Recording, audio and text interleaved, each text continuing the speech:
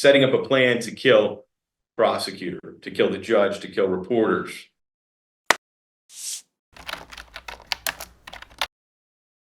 Remain seated. Come to order. P. Part 28, criminal calendar back in session. Good afternoon. Good State of afternoon, Judge. Nevada versus Charles Dowling, C 23-375-275. Counsel, state your appearance. Mike Dickerson and Deanna Jefferson on behalf of the state, Your Honor. Philip Singer for the defendant present in custody. Good afternoon. Afternoon. This is state's motion. You have anything you want to add? Sure, Your Honor. I appreciate that. So in looking at the opposition in this case, the gist of the opposition comes down to mens rea, I guess. Defendant says it is well known that defendant in this case suffers from severe mental illness. And then he goes on to say that he is out of touch with reality, extremely mentally ill, and lacks the mental capacity to have intent in the particular offenses here that the state moves to say there is probable cause that he's committed these offenses. Defendant goes on and says that the defendant did not knowingly send any writing with the intent to threaten to wound, kill, or murder, as he was expressing frustrations in the middle of a mental collapse while incarcerated. When we look to the letter, the content of the letter is not in dispute. And the content of the letter itself does have the words necessary to establish these crimes. What we look to in the argument here is the defendant's mens rea. Now, I think it's worth noting as we talk about mens rea and probable cause together is that we're looking at a defendant proffering a defense of legal insanity. And pursuant to Finger v. State, insanity is in fact an affirmative defense. And we go further and look to the case law that describes probable cause and what a probable cause finding is. And probable cause doesn't take into account affirmative defenses. So it wouldn't require the state to negate all inferences which might explain its conduct, but only to present enough evidence to support a reasonable inference that he committed these crimes. That's Kinsey v. Sheriff, 1971. Well, when we look to this still, I'm happy to engage in this. I'm happy to engage in the question of whether defendant is so mentally ill and whether he's just so out of touch with reality that he doesn't have the ability to even commit a new crime. And that's a question of competency, really. And defendant, as we know, after this all started to transpire, he was sent to competency court. And there, once he got into competency, he was evaluated by two doctors. Both of them issued reports in late June. Dr. Strom issued a report on June 26, 2024. And some highlights from his report, which are in the record, indicate that the defendant has been hospitalized in mental health hospitals 5 times, but all 5 times were as a result of suicidal ideation. Then we look to that report for, okay, well, does the defendant, is he so out of touch with reality that he doesn't know what he's doing when he pens this threatening letter, soliciting a friend to help him kill people, talking about his hit list, talking about causing destruction around this city? Well, Dr. Strom found that his intellectual ability was high average, better than most of society. He also, and I quote, found that psychiatric symptoms were neither reported nor observed, and there is no credible evidence that he has a neurocognitive disorder. That's Dr. Strom's report from June 26, 2024. He ultimately gives diagnostic impressions for the defendant. Those diagnostic impressions are unspecified mood disorder, adjustment disorder with mixed anxiety, and depressed mood. Absolutely nothing in that report to indicate that the defendant is so out of touch with reality, so mentally ill that he can't possibly have the mens rea that is required under these statutes, or at least, at the very least, here in this situation, slight or marginal evidence of that.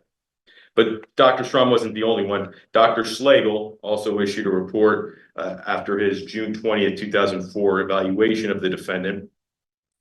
And the defendant had reported obsessive compulsive disorder, PTSD, and I believe Asperger's as what he reported as his path.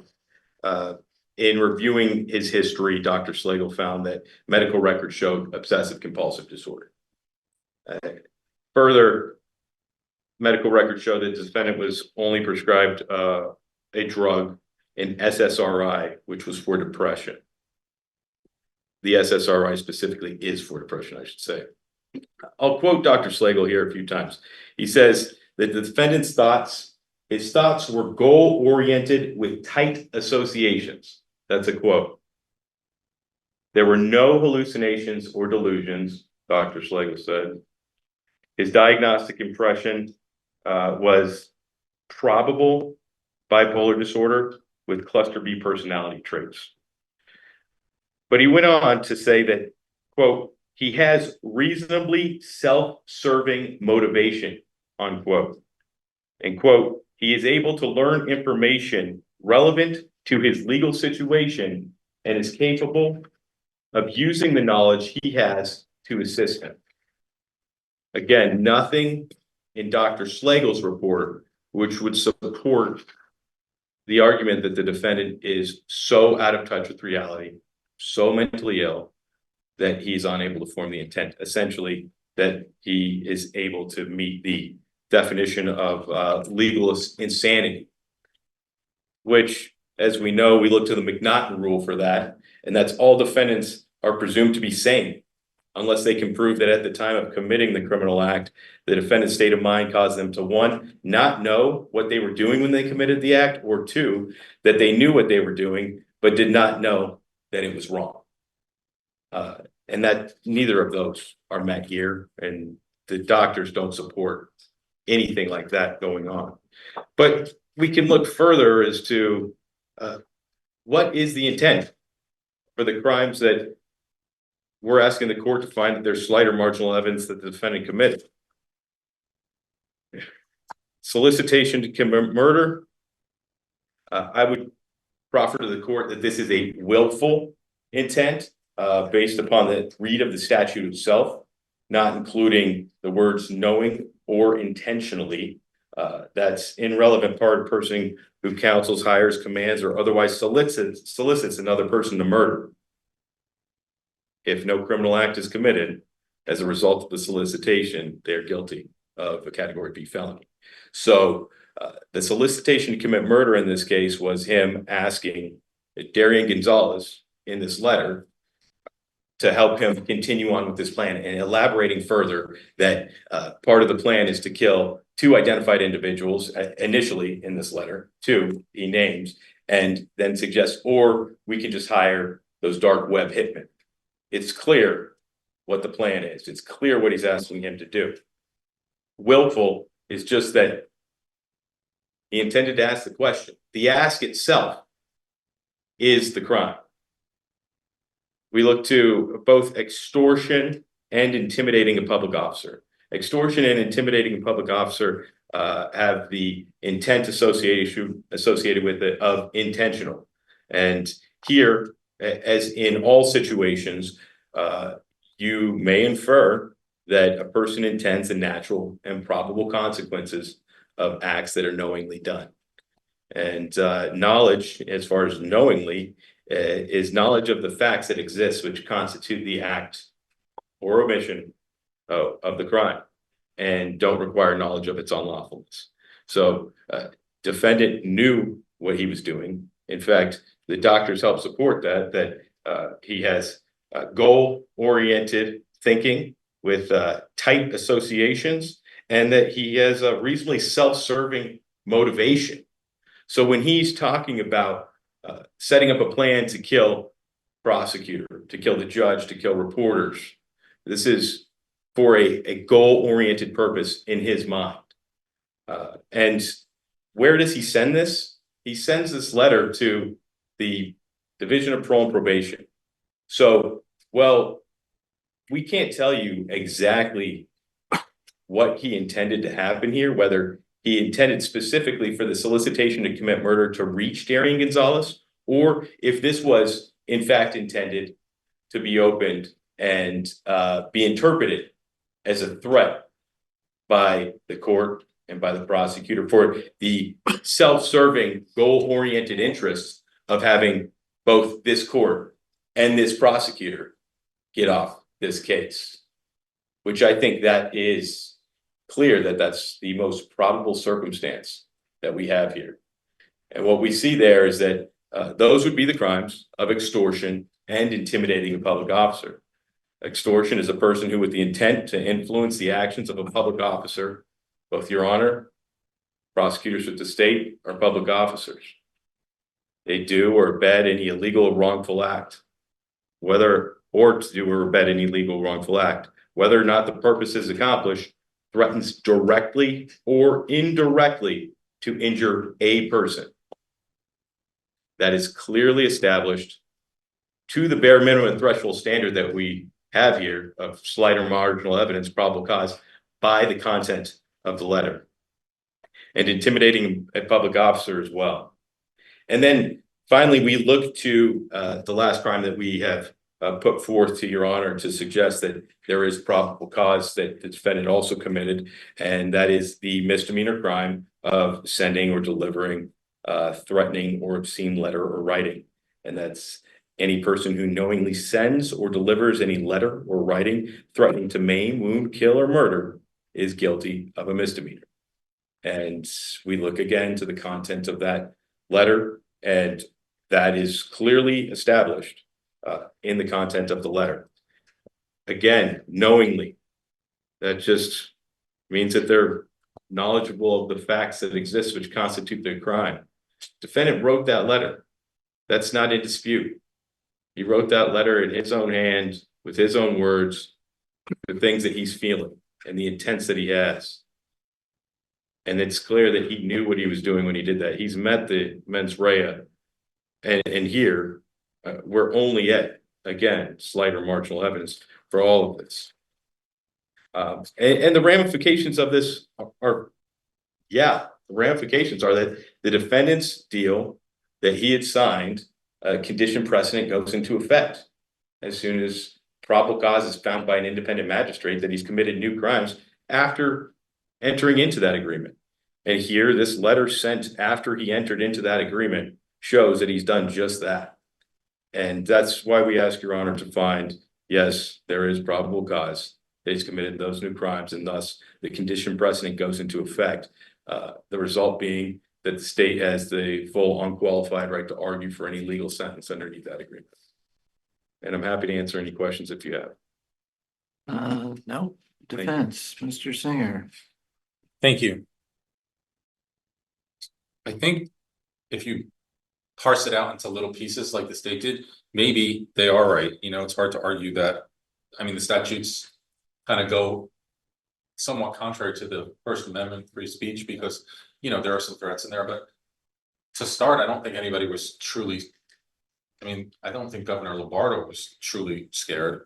There was no, I mean, it's so difficult in this situation with mental illness. First of all, let me point out, I sit through these mental health evaluations with these evaluators. And not only that, but I hired my own too, and they both found me competent as well. So the difference between competency to stand trial and competency to go about in the world, I learned, are two different things. So you can be a genius and still be incompetent to function on daily life, incompetent to understand the consequences of your actions, still able to assist your attorney when in a trial. And that's what these situations are.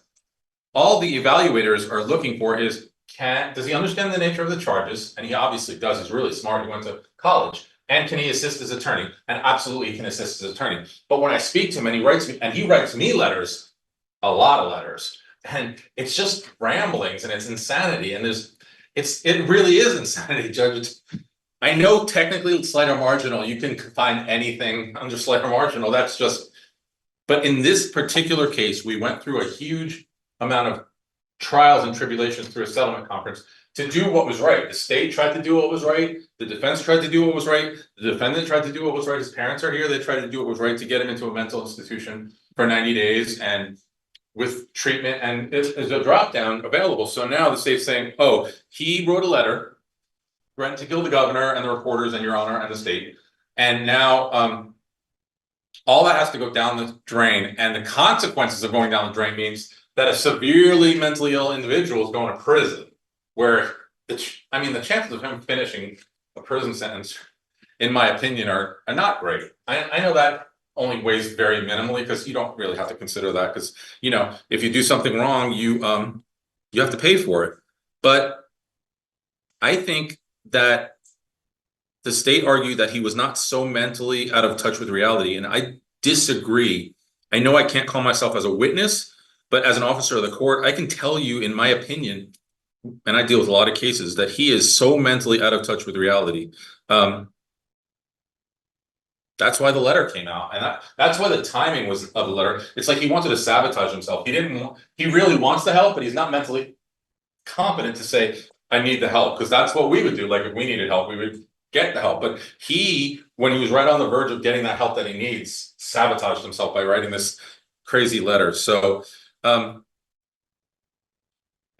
guess if your honor wants, also in your discretion, you can consider fairness and justice and all those things. But I think an alternative is, if you do find that there was slight or marginal and that he committed all these crimes, you can still allow us to go through with the guilty plea agreement as it was written, and find in your discretion that, well, technically he did, he wrote the letter, but in the interest of justice, you're not going to disturb the hard work of both parties that came upon this lengthy and detailed guilty plea agreement.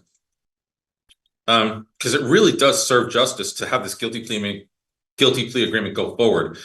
It's just well written, and it's just really specifically tailored for this individual. His parents have found at least one place in California that is covered by their insurance, where he can go in a secure environment for as long as is ordered. And that's what he needs. But just saying, he violated it, let's just put him in prison, it doesn't serve anybody. And also, I just want to mention this. There's some mention of violence because there was a knife at one of the scenes, but I learned through research it was a pocket knife that he got when he became an Eagle Scout. So yeah, I guess it was a knife technically, but it's all craziness. Like, who puts mayonnaise or dressing on someone's door? We don't do that. All of his actions are actions of somebody who's not thinking straight. He spread powder around the house and wrote a manifesto. I get it. It's dangerous, and the society has to be protected. But I think we can protect society by putting him away in an institution where they can medicate him and teach him or give him some tools to put in his life. He's really smart. He was at UNLV, and I'll submit it on that. I think, Your Honor, I know Your Honor will do the right thing. Yeah, Your Honor. Go ahead. Just to correct a couple things, I believe, as I recall, this knife that was mentioned, it actually looks more like a steak knife, and that was left at a judge's home. The issue here before Your Honor is not what we're doing as far as arguing sentencing. It's not what the state is going to ask for at sentencing. It's not whether the defendant is going to prison or not. It is merely whether the condition precedent within the guilty plea agreement that is well crafted, and this is just part of the guilty plea agreement that we're enforcing here, is in fact in effect. And so we will cross the bridge for sentencing when we come to it. But at this point in time, it's the state's position that we've just entered a different portion of the guilty plea agreement, and now that portion is controlling here. And that's what we're asking Your Honor to find. Thank you. Yeah, that is my understanding that, and certainly the law is consistent. We're not doing sentencing. This is a small motion or not, and when I say small, I mean a part of a case. It's a significant motion, but it's a part of a case. Civil, criminal, it's one step in a larger, all kinds of issues of a case. And I am only deciding today whether there is probable cause regarding the allegations and not sending him to prison and not sentencing him and not the issue of mental illness is on the fringes, but certainly whether or not there is probable cause is the main issue. And unless I'm wrong, the issues of insanity or intent are defenses to these potentially new crimes, and not whether or not a magistrate, judge, whoever finds intent, but whether there is slight or even marginal evidence showing probable cause. And the Supreme Court goes on to say that I am not, nor am I, deciding the guilt or innocence on these new charges. That's not where we are. It is only a probable cause decision. And I think that clearly there is probable cause on potentially new charges. And as I said, that's all other than the ramifications that the state, under the contract, and the plea agreement is a contract, that the defendant broke, if you will, that small part of the contract, and therefore the state is now allowed to argue as to what the sentencing should be. It doesn't mean at this point that I'm deciding anything on sentencing. Certainly defense counsel is going to bring all of the issues regarding his mental health issues. Yet again, I did review the competency when it was done, but I didn't review it today because although that would be an issue at the time if he's charged and with these new allegations, but as I said, today is very limited to whether there is probable cause. I find that there's probable cause that the defendant committed these crimes, and therefore the state will get the right to argue at the time of sentencing as appropriate for the charges. Judge, do you see that in the guilty plea agreement? I'm sorry? Do you see where it says the state has retained the right to, gets the right to argue back? I believe I did when. Because I was just reading it and it says, I understand that I'm eligible for the reduction if I. No, it's on the next page. It is. I had it, and maybe if I can find it, but I believe it did. First probable cause against me for new criminal charges. Got it. Okay, thank you. And For the yes, record, that's, Page 3 of the GPA. yeah, yeah. the last paragraph.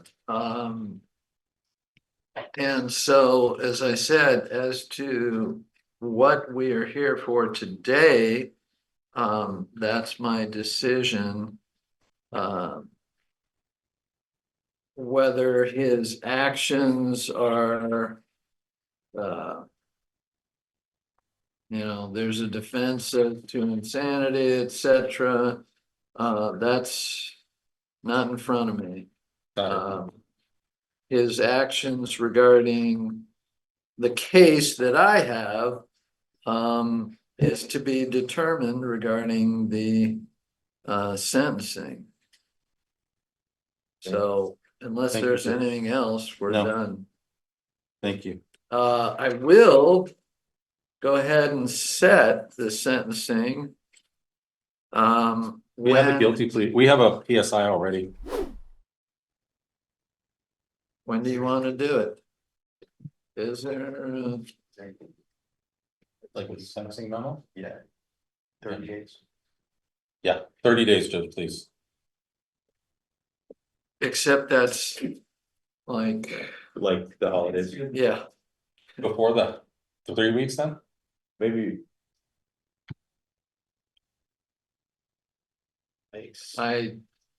you saw my schedule this Yeah. morning.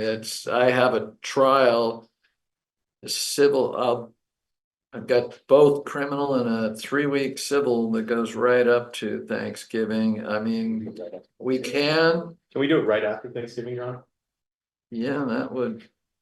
Well, when you say right after. Well, relatively after. What's that? On the 20th? Be in town. My problem is that I'm expecting to be in a murder trial from the 12th for 2 weeks, probably to the 22nd.